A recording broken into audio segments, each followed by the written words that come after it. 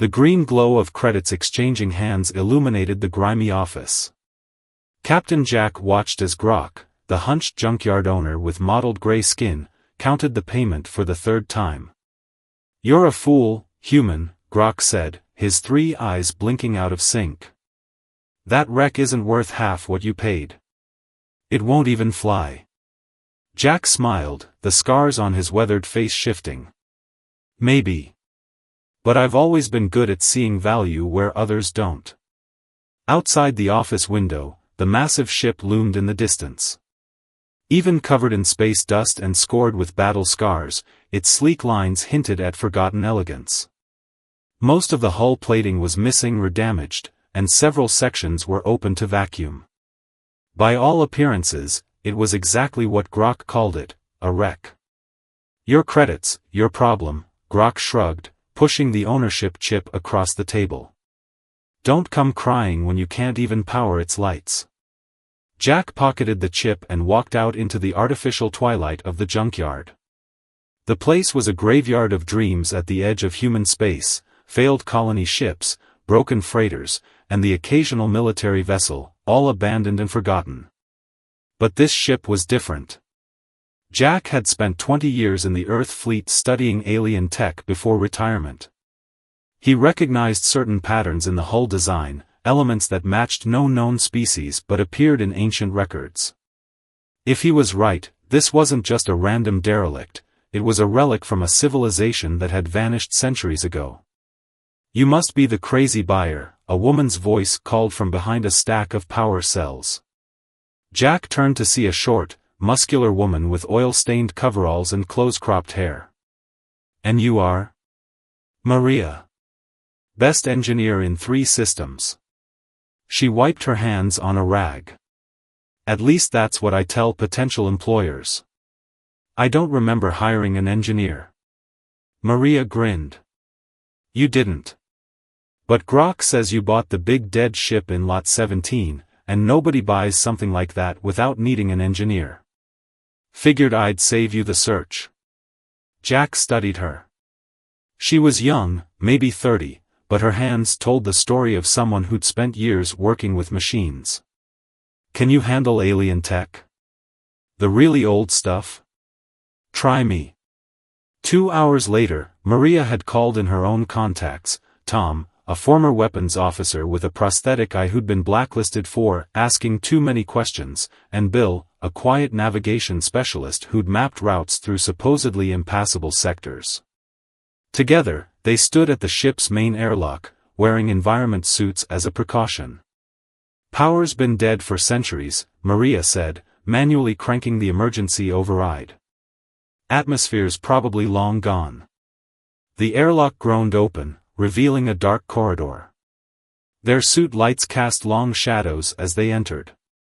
"Designs unlike anything I've seen," Tom commented, running his hand along a wall panel etched with flowing symbols.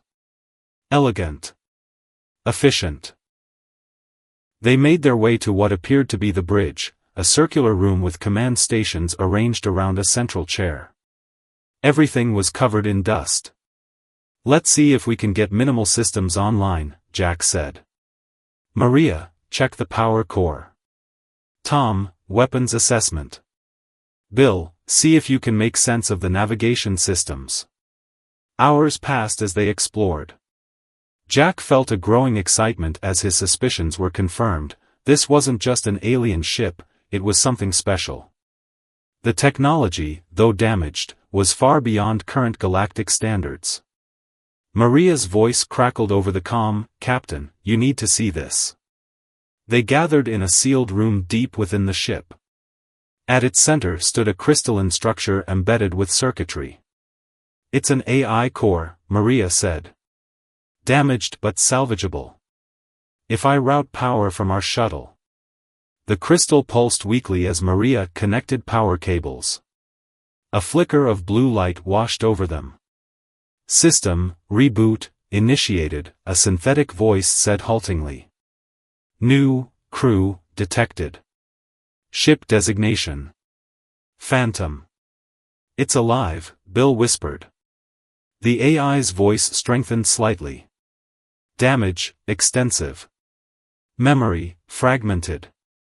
Last record, battle, betrayal. What are you? Jack asked. How old is this ship? This vessel, Warship, 3rd class. Lost fleet. Age. 312 standard years since last active duty. Tom gasped. The Lost Fleet? That's just a legend, a fleet of advanced warships that disappeared during the Great War. A tremor ran through the ship as lights flickered briefly in the corridor. Warning, the AI said. External vessels approaching. Hostile intent detected. Jack rushed to a viewport. 3 battered ships were descending toward the junkyard, bearing the unmistakable markings of space pirates. They're scrappers, Tom said. They raid junkyards for valuable parts. And we just bought the most valuable ship here, Jack finished. Maria, can we move this thing? Not a chance. The engines need weeks of work, minimum. Jack's mind raced. What do we have? Anything functional? The AI spoke. Emergency thrusters, operational at 17% capacity. Point defense turret on lower hull, operational at 22% capacity. It wasn't much, but it was their only chance. Everyone to stations, Jack ordered, dropping into the captain's chair. We're about to see what this old warship can still do. The Phantom lurched as the emergency thrusters fired unevenly. Jack gripped the captain's chair, watching through viewports as the pirate ships circled the junkyard. Lower hull turret online, Tom called from the weapons station.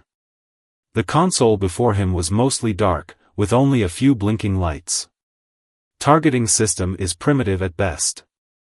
We don't need to win, Jack said. We just need to escape. Maria's voice came through the comm. I've rerouted power from non-essential systems. You've got 23% thrust now, but don't expect it to last. The first pirate ship swooped toward them, its forward cannons glowing. Jack nodded to Tom, who fired the lone functioning turret. The shot went wide, but the pirates veered off, surprised that the derelict could fight back. They're calling for backup, Bill warned, listening to intercepted communications. 2 more ships inbound. Jack studied the ship displays. There's an asteroid belt beyond the junkyard's orbit. If we can reach it. The ship shuddered as a pirate blast struck their hull. Damage minimal, the AI reported. Hull integrity at 92%. Jack raised an eyebrow. That should have torn through us like paper. This vessel's hull composition, superior to current galactic standards, the AI explained. Self-repair capabilities, limited but functional. Tom fired again, scoring a glancing hit on a pirate ship. Whatever this ship is made of, they want it badly. Using the minimal thrusters and the cover of debris from the junkyard, they limped toward the asteroid belt, taking occasional fire but staying just ahead of their pursuers. Entering asteroid field, Bill announced as massive rocks appeared ahead. The pirates are breaking off pursuit. They're smarter than they look, Maria said. Their ships aren't maneuverable enough for this. Jack ordered them deeper into the belt until they found a hollow asteroid large enough to hide the ship. Once secured, they began assessing their situation. In the ship's core, Maria made a discovery that changed everything. This isn't a normal power system, she said, examining the pulsing crystal matrix. It's not fusion, not antimatter, it's something else entirely. Jack studied the alien designs. The AI called this a 3rd-class warship from the Lost Fleet. If this is their technology, then the legends were true, Tom finished. A civilization with technology far beyond what exists now. As the AI recovered more of its functions, it began sharing fragmented information about the ship. Its true name wasn't Phantom but Void Walker, a stealth destroyer designed for hit-and-run attacks against superior forces. While exploring sealed sections, Tom discovered weapon systems unlike anything in the known galaxy, quantum disruptors, gravity lances, and phase shields that could make the ship virtually invulnerable when fully powered. Bill found star charts in the navigation computer showing routes to places unknown to current galactic maps. "This ship is a treasure trove," Jack said during their meeting in what they now recognized as the officers' mess. "But it's also dangerous. If any major power learns what we have, we'd be hunted across the galaxy," Maria nodded. "This technology could shift the balance of power." The AI's voice came through the ship's speakers, stronger than before. "Memory restoration at 41%. This vessel was part of the defensive fleet of the Precursor Alliance. We were betrayed." "Betrayed by whom?"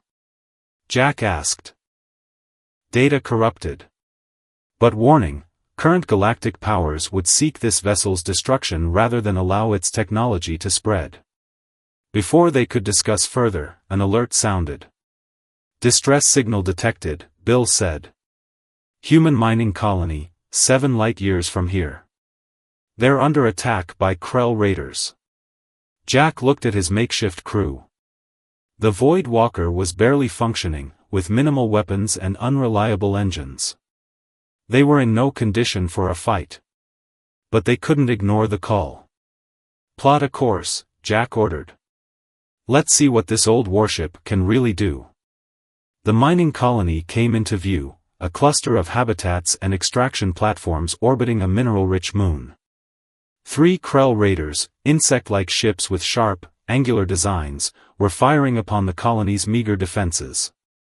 "Colony shields at 12%, Bill reported. "They won't last another 10 minutes. Jack studied the tactical display. "The Krell haven't spotted us yet." "Tom, what weapons do we have?" 2-point defense turrets at 40% capacity and 1 gravity lance at 22% power, Tom replied. "Not much, but the Krell don't know that." "Maria, can we look like space debris until we're in range?" Maria nodded. "Already on it. Running minimal power signatures." The Void Walker drifted toward the battle, appearing as nothing more than another chunk of rock. The Krell, focused on the colony, paid no attention to the approaching derelict. 500 meters to optimal firing range, Bill whispered, as if the Krell might hear. 400, 300. "Power up weapons," Jack ordered. "Target the lead ship." The ship hummed as systems awakened. The Krell vessels suddenly turned, their sensors detecting the power surge. "They've spotted us," Tom shouted. "Fire!" The gravity lance activated, emitting an invisible force that warped space around the lead Krell ship. Metal screamed as the raider's hull compressed inward, crushing like a tin can in a giant's fist. The other 2 raiders broke off their attack on the colony, turning their weapons toward the Void Walker. "Evasive maneuvers," Jack called. The ship responded with surprising agility, the AI anticipating Jack's commands before he gave them. Point defense turrets fired, scoring hits on the second raider. "Captain," the AI spoke, "I am detecting additional weapon systems coming online." "What? How?" "Combat protocols are triggering dormant systems. Quantum disruptor at 17% capacity, now available."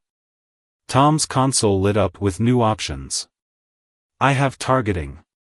The disruptor fired, a pulse of energy that seemed to phase in and out of reality. Where it struck the second Krell ship, matter simply ceased to exist, leaving a perfect sphere carved out of the vessel's midsection. The final raider turned to flee. "They're calling for reinforcements," Bill warned. "Let them," Jack said, his eyes gleaming. "Let them tell everyone what happened here today." As the last raider jumped away, cheers erupted from the colony's communication channels. The legendary ship had just announced its return to the galaxy. "Captain, we've got company." Bill's voice was tense as he monitored the long-range scanners. 3 weeks had passed since the battle at the mining colony. With the colonists' help, repairs had accelerated, and the Void Walker was now at 45% operational capacity. Jack looked up from the star charts he'd been studying. Krell? No. Human military ships. 3 cruisers, bearing the United Earth government insignia. The mining colony's leader, Dave, appeared on the communication screen. His weathered face was grim. Jack, you need to leave now. Those aren't friendly visitors. What's going on, Dave? Word spread about what you did. The UEG wants your ship. They're claiming it's vital to human security and must be handed over immediately. They've threatened to declare the colony in rebellion if we don't cooperate. Maria joined Jack at the command center. We're not ready for a proper jump yet. The drive needs another week at least. Jack nodded. Then we'll have to talk our way out. The lead UEG cruiser hailed them.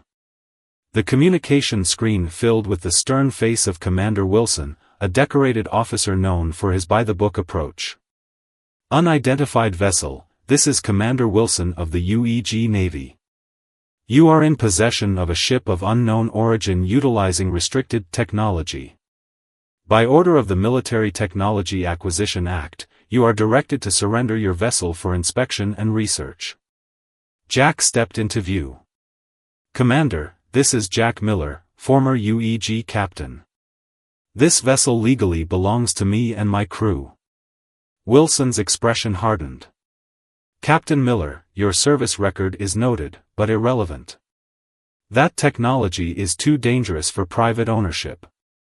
Surrender now or face boarding. Before Jack could respond, the ship's AI spoke privately through his earpiece. Captain, I am detecting targeting locks from all 3 cruisers. They intend to disable us regardless of your answer. Jack made a quick decision. Tom, prepare defensive measures. Maria, give the engines everything you've got. Bill, plot a course through the asteroid field at the edge of the system.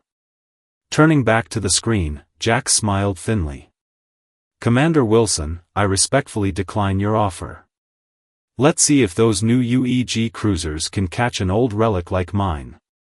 With that, the Void Walker surged forward, its engines flaring with unexpected power as the AI channeled energy reserves they hadn't known existed. The chase was on.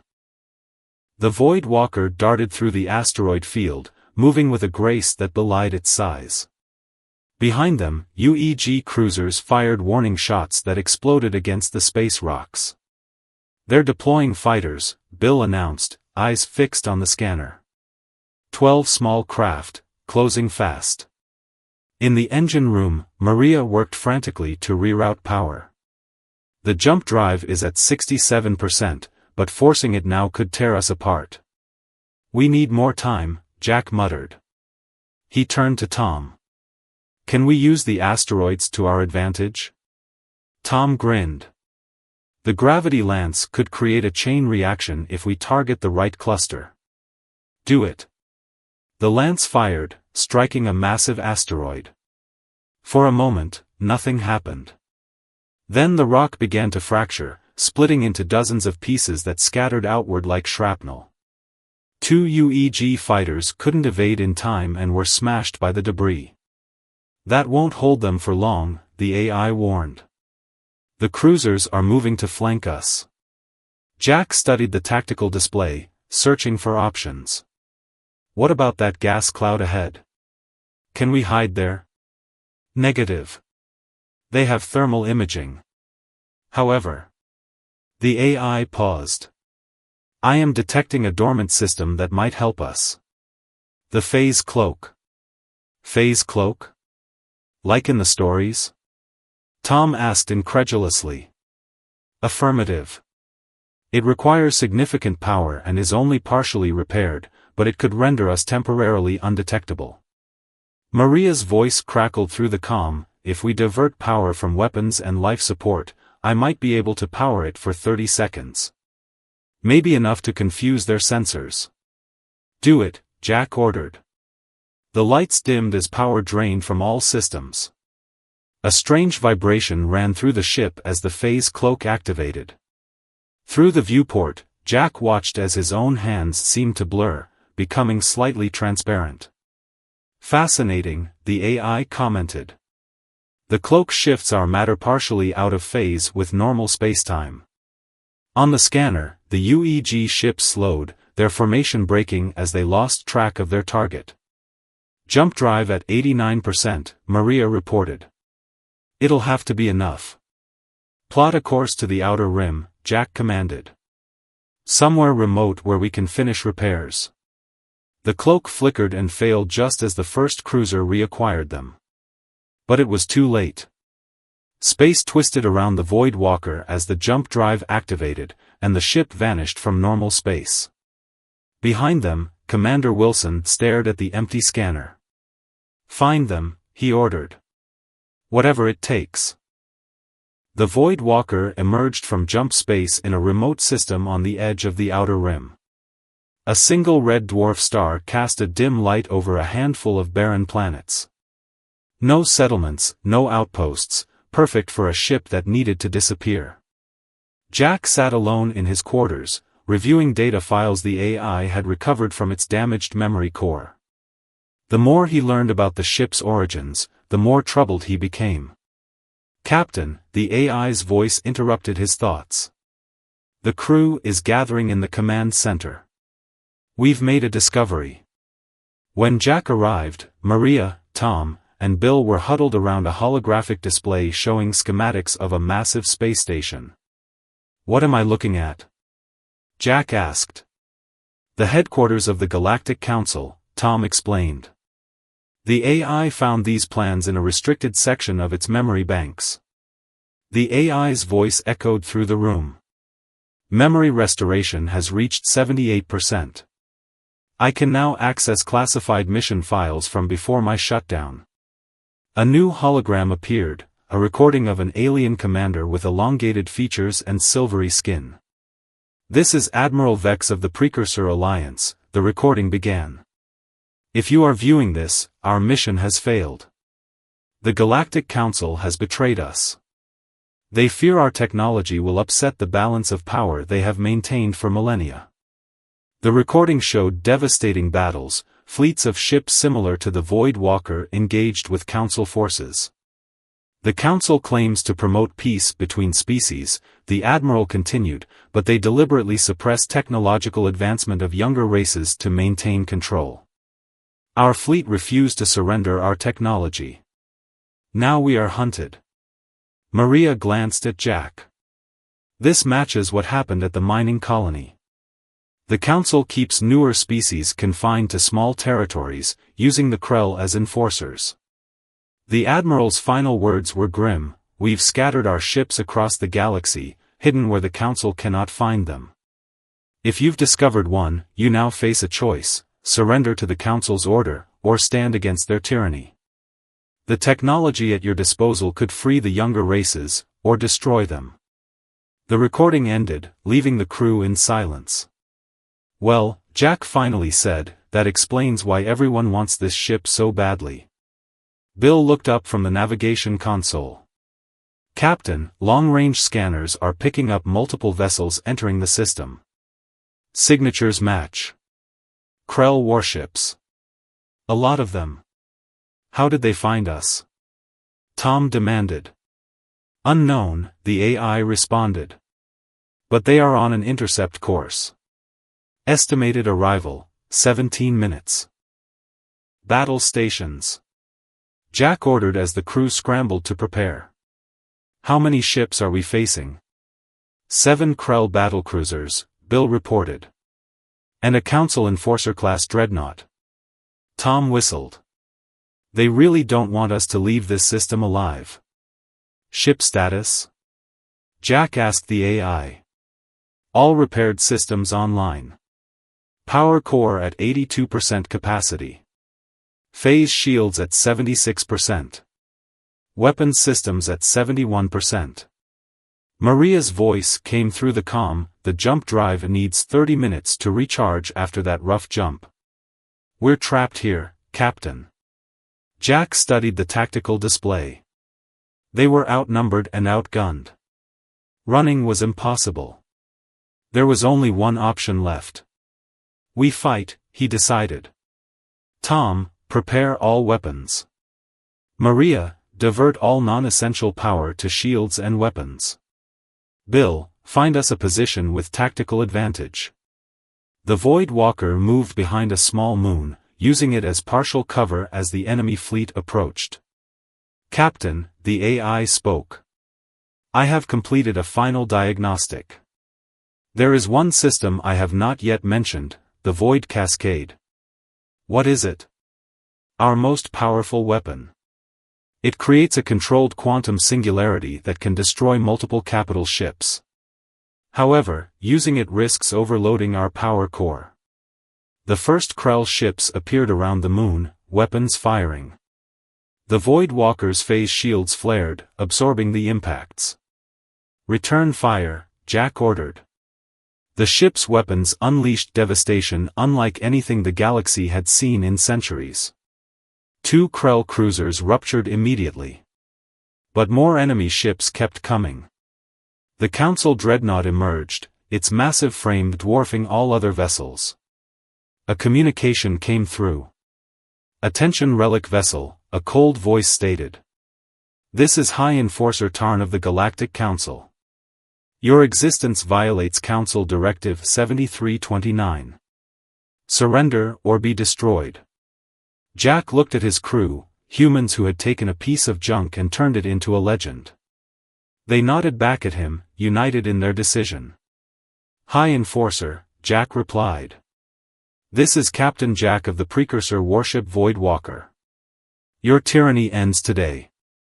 He turned to the AI. Activate the Void Cascade. The ship hummed as power surged toward the weapon. Space itself seemed to bend around them as the singularity formed. The last thing the Council fleet saw was a brilliant flash of light as reality itself tore open.